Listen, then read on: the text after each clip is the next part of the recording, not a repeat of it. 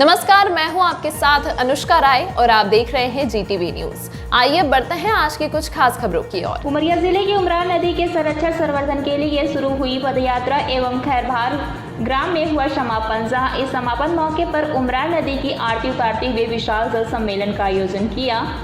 उमरार नदी के संरक्षण एवं संरक्षण के लिए दर्जनों की संख्या में नागरिकों, शहीद संतों ने यह पदयात्रा शुरू की। उमरिया की जीवनदायिनी उमरार बीते कई दिनों से गिरते जल स्तर, प्रदूषण और नदी के किनारे की पेड़ कटाई के कारण गंदे नाले में तब्दील हुई और अब सूखने की कगार पर है।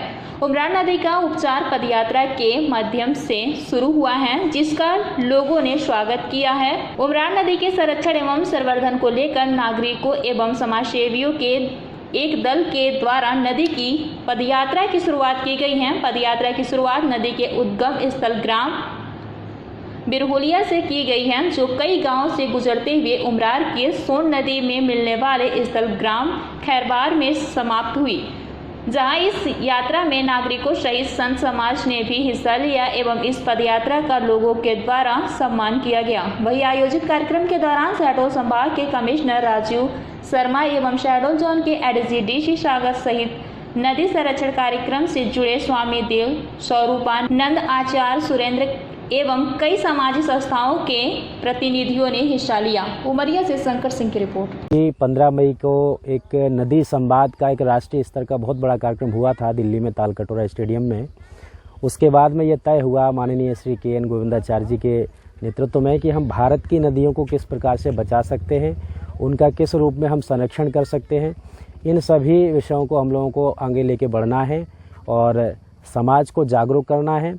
ये सारे विषय हमारे रहेंगे। ऐसा है, नदियाँ हैं तो हम हैं, और नदी नहीं है तो फिर ना वृक्ष है और ना जीने लायक जलवायु रहेगी। तो बहुत अच्छा प्रयास इन लोगों ने किया, पदयात्रियों ने। मैं अभिनंदन करता हूं कि बहुत अच्छा काम किया समाज के लिए। और नदी के बारे में उनकी जो रिपोर्ट है वो जब हमें मिलेगी तो इस नदी के पुनर्संरक्षण के लिए मध्य प्रदेश शासन की तरफ से जो भी मदद हो सकती है वो की जाएगी। अति सराहनीय है कि उन्होंने जल के संवर्धन का, नदी को बचाने का जो संकल्प लिया है, और ये सांकेतिक रूप नहीं है। उन्होंने तपती गर्मी में, धूप में ये जनता को जगाने का प्रयास किया है कि वो जल को बचाएं।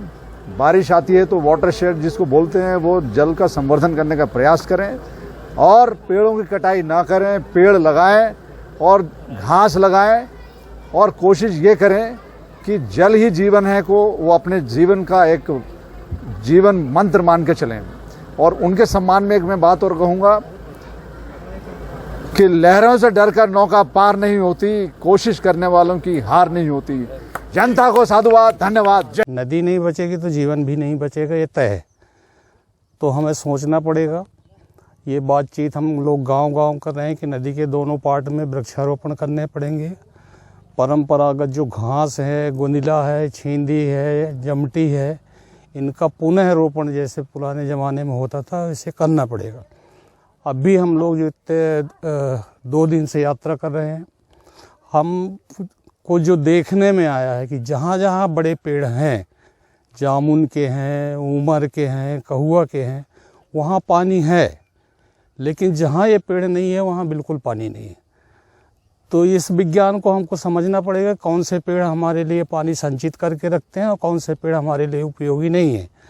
तो ये इस बात को लेकर के हम बात कर। एक नागरिक उमरिया समाज नाम की संस्था है जो कि सामाजिक कार्य करती है, खासकर आदिवासी या ऐसे दूरांचल क्षेत्रों के लिए जहाँ पर कि लोगों की जन सुविधा नहीं मिल सकती है। इसी का कार्यक्रम में जो नागरिक समाज उमरिया के द्वारा विगत दिनों जो है नर्मदा का पानी आकाशकोट लाया जाए के उद्देश्य से उन्होंने जो उमरार नदी का उद्गम है और वहाँ से लेके खैरवार जो है चंदिया के आगे और बरही जिला के बॉर्डर तक उन्होंने एक पदयात्रा निकाली है। और इस पदयात्रा के माध्यम से जो उमरार नदी के जो उसके रास्ते हैं वहाँ पे उन्होंने पदयात्रा की है और शासन प्रशासन से मांग की है कि उमरार नदी का जो जल स्रोत है जो दब गया है उसको जीवित किया जाए और जो नदी है उसको स्वच्छ किया जाए और जो खासकर उमरिया के जो खलेसर घाट है वहाँ पे भी ये यात्रा गई और यहाँ पे भी उन्होंने इस जीवनदानी उमरिया की जीवनदानी नदी के जो है किसी भी प्रकार से उसको उत्सर्जित किया जाए, उसको साफ सुथरा किया जाए, उसको जीवन दे जाए, इसके लिए उन्होंने अपनी मांगों को रखा। निश्चित रूप से ये जो नागरिक समाज उमरिया के द्वारा ये कार्य किया गया है। पानी आज पूरी दुनिया के लिए सबसे बड़ा प्रश्न बन गया है और पानी अगर हमारी सदा नीरा नदियां नहीं रहेंगी तो पानी का संकट निरंतर गहरा और गहरा और गहरा होते जाना है। उमरिया की जो जीवनदायिनी नदी है उमरार लगातार संकट में है और दिन प्रतिदिन सूखती जा रही है, क्षीण होती जा रही है और संकटापन्न नदी की श्रेणी में आ गई है। इसलिए हम लोगों ने नागरिकों में भी और शासन में भी एक नदी के बारे में जागरूकता लाने के लिए, सजगता लाने के लिए और एक संयुक्त अभिक्रम शुरू करने के लिए पदयात्रा का आरंभ किया था। ये पदयात्रा उद्गम से संगम तक गई और कल 20 तारीख को संगम में इस यात्रा का समापन हुआ है। यात्रा के अनुभवों से हमने प्रशासन को, कमिश्नर सर को 9 सूत्रीय सुझाव दिया है।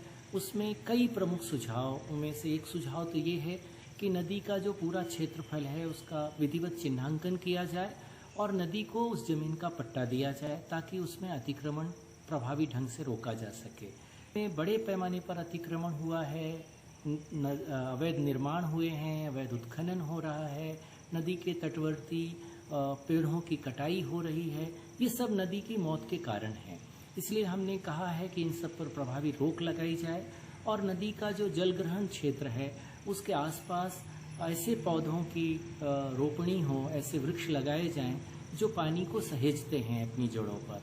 ऐसी घास लगाई जाए क्योंकि सारी वो घासें जो नदी के में पाई जाती थी, चाहे गोंदिला हो, निर्गुणी हो, ऐसी तमाम घास वो सब विलुप्त हो गई।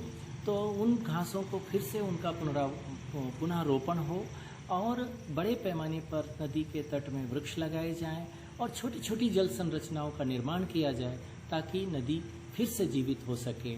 शहरी क्षेत्र में नदी में जो गंदगी कचरा डाला जा रहा है उसको रोका जाए और नदी में जो 2 अनावश्यक स्टॉप डैम बने हैं, एक उमरिया में और एक धनवाही के पास, ये दोनों भी स्टॉप डैम हटाए जाएं ताकि नदी का प्रवाह निर्मल और निष्कंटक हो सके।